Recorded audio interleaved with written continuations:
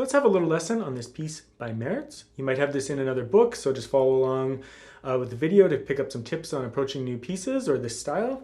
But if you need the music, it's part of my Volume 2 Easy Classical Guitar. And there's a link for that underneath the video. So this is one of the easier pieces in the book, probably the easiest one in the book.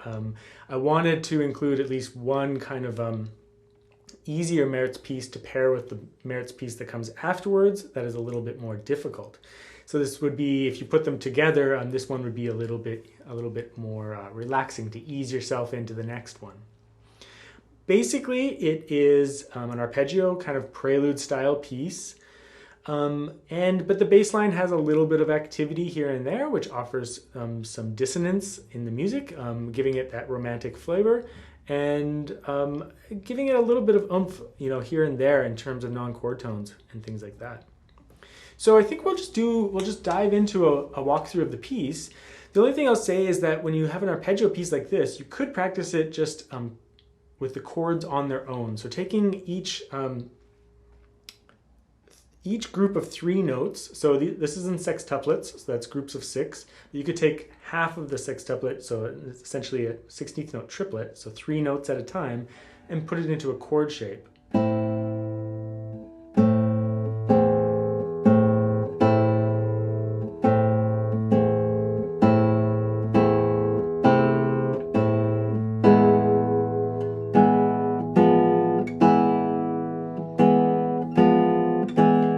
Learn the actual chord shapes so that the left hand knows what to do and the right hand knows the spacing of the notes. The fingering is super straightforward. The whole piece is pretty much like I, M, A on the top 3 strings, and then the thumb just plays whatever bass notes are required. So super easy right hand fingering, and all you really need to know is like what those left hand shapes are. So getting to know them in some way outside of playing the piece is really a good idea. When you actually go to play the piece, you'll always get whatever note is coming next. So sometimes when you release a note from one chord to the next, you might take your fingers off just momentarily. So for example, going from bar 4 to bar 5, at the end of the bar you have this E chord, E major chord, and into this A minor chord. So instead of hopping the second finger over all of a sudden, you have that open bass string to do it. Open. And that allows you to switch from one chord to the next really smoothly. So you can watch for that. But let's do a walkthrough of the piece. It starts off with this A minor, and we'll just be playing P, I, M, A, M, I.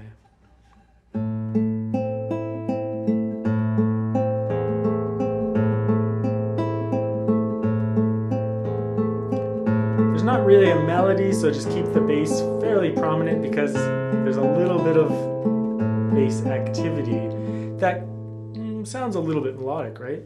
Bar 3, especially here with that non-chord tone.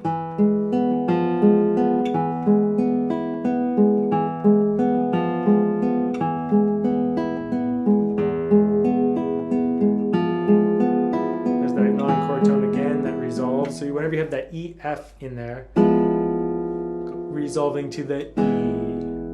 So you can give a little bit of a push on that F to bring it out, make the dissonance interesting, actually almost like a little accent or just a swell. That way you get some intensity and dissonance, but then resolution when it goes back to the E. Bar 5.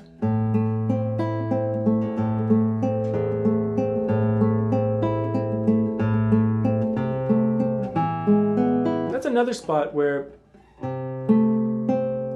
you get just the next note that's coming and then you hop the rest of the fingers over, because it'd be kind of hard to like try to switch chords immediately after the bar. Instead, you can practice it that way because it's good to practice the chord shapes so your left hand knows what shape is coming. But when you actually play the piece, get just the second finger and then the first finger after that. This might seem like a really small point, But it's the difference between a really smooth performance and a kind of a choppy one where your fingers have to switch chords in blocks and they jump to the next thing.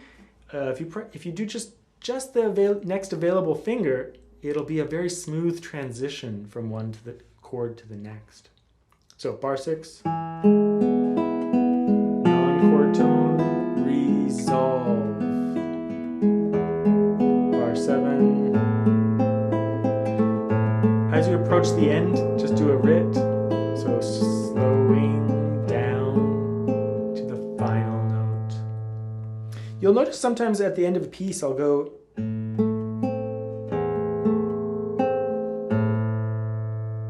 I'll mute the previous bass note, especially in this key, because if you have this E ringing out,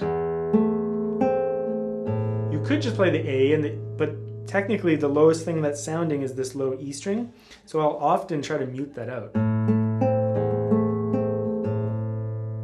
Just so that the only thing that you hear at the end is that written A. So, like I said, this is one of the easier pieces in the book, but the following Mertz piece will be a little bit more challenging, so I'm hoping that you could pair these together and play them as a set, but this one would serve almost as a warm-up.